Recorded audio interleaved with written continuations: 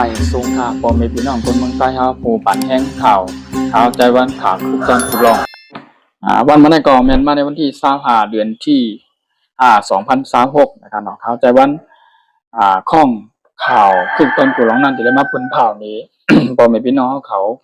หนังบ่ได้ถ่อมข่าวถ่อมเงาตั้งใจนั่นนะครับเนาะข้อข่าวมีอยู่ที่4ข้อนะครับเนาะข่าวข้อที่1ก็เป็นหัวข้อในเมือง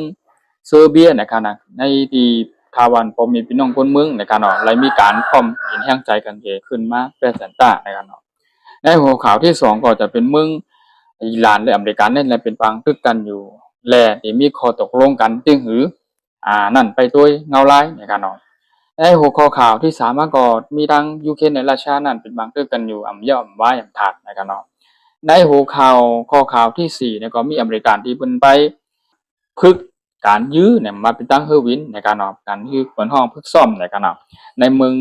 เซอร์เวเนซุเอลาในการเนาะตั้งแต่ประธานาธิบดีของในเมือง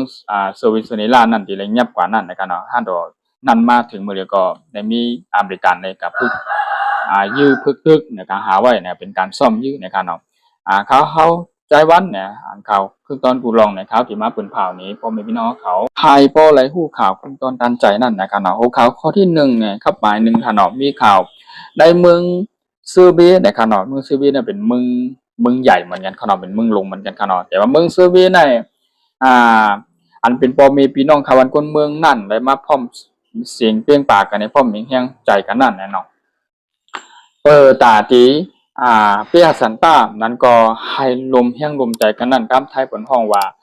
ปะทงนะครับเนาะให้เลือกตั้งใหม่นะครับเนาะเลือกตั้งอันเป็นผู้นำใหม่นะครับเนาะผู้นำมันเก่าๆผู้นำมันโอนมาได้เนี่ยก็พิมพ์ก็เป็นดังห้านใจพิมพ์ก็ใจเนื้อพี่น้องเขาวันคนเมืองนะครับพร้อมกบในเสแลจังไรพร้อมห่มเสียงเปล่งปากเสียย้อนไห้มีเขาย้ำเปิดจากเลือกตั้งผู้นำคนใหม่นะครับก็เป็นซึ่งไหนแลมันก็เลยอำไปย่อนะครับในการเลือกตั้งในการเลือกตั้งเลือกผู้นำใหม่นั่นเนี่ยเป็นเขาวันคนเมืองต่างเมืองนั่นเป็นพร้อมเสียงเปล่งปากการสีไรเฮ็ดปางกุ้มก็ปางอู้กันอะไรมีการแปรสันตาหรือว่าปัดธงมอบนั่นนะครับบ้านแท้หัวข่าวข้อที่2ทั้งเมืองอิหร่านและอเมริกาได้ผู้ว่าที่มีข้อตกลงปรงใจกันเรื่องหือในการนอนจากข้าวยาวเมื่อนาในการนอนเปิดได้เลยเปิดในช่องแคบพมุดในน้ำปางหลานมีคือขนส่งน้ำมันนั่นแล่นกว่าแล่นมานั่นเปิดได้เปิดให้มันง่ายลงใจนะครับตั้งอเมริกาได้มิลานบอกว่าอะไรจูเสร็จพงจูตัวถึงผู้นำของอิสราเอลในเมืองนั่นนะครับเพื่อจะว่าที่เปิดช่องแคบพมุดนั่นมันที่เป็นจึงหือกว่าตั้งนาเฮาที่ตกลงปรงใจกันจึงหือยาวก็อันเป็นผู้นำของอเมริกาได้ผู้นำอิสราเอลได้ไล่มาตกลงปรงใจกันว่าเฮาที่สืบหือกว่าในขณะตั้งอิหร่านก็มีตั้งข้อที่1ในข้อที่2พร้อมเปิดที่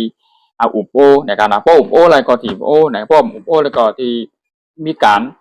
ยื้อการเปิดนัดซึกเฮาก็พร้อมนะครับเนาะทั้งอิหร่านได้เป็นอะไรมา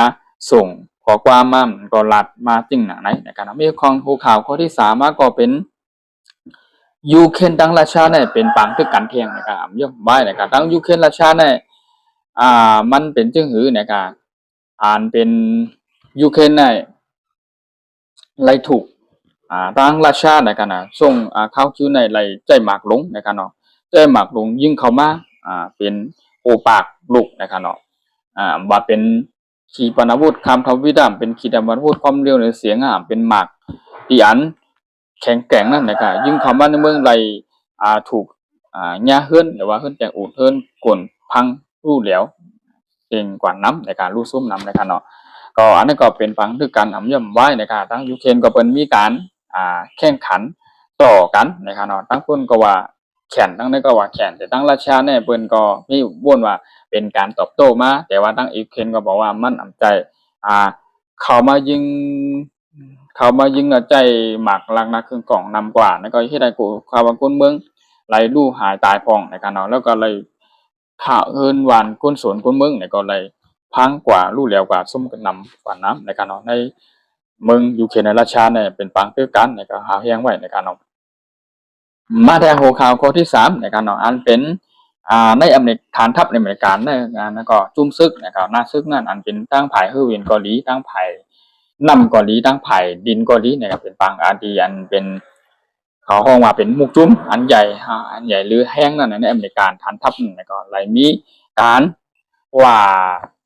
พึกนะครับกับพึกในกลางหาวกับพึกในฮือวีนัมกับพึกตั้งนำมากับพึกตั้งดีนากับพึกในเมืองเซเวเนซุเอลานะครับที่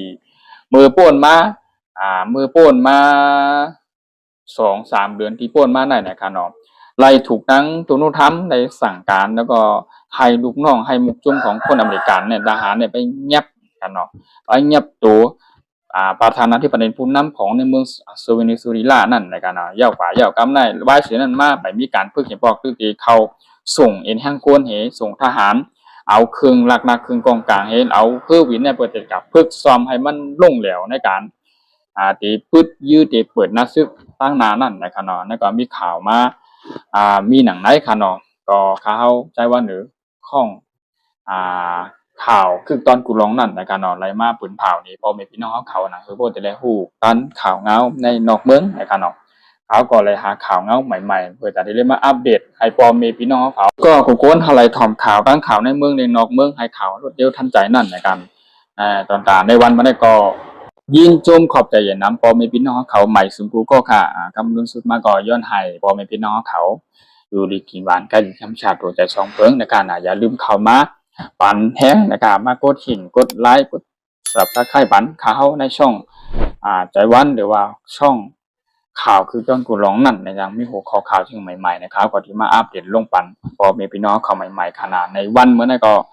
ยินโจมขอบใจนำที่เขามาปันแห้งข่าวมาถ่อมข่าวถ่อมเงาเกี่ยวกับเรื่องรองข่าวนอกเมืองในการเอาไปส่งก็ข่าวไปส่งครับ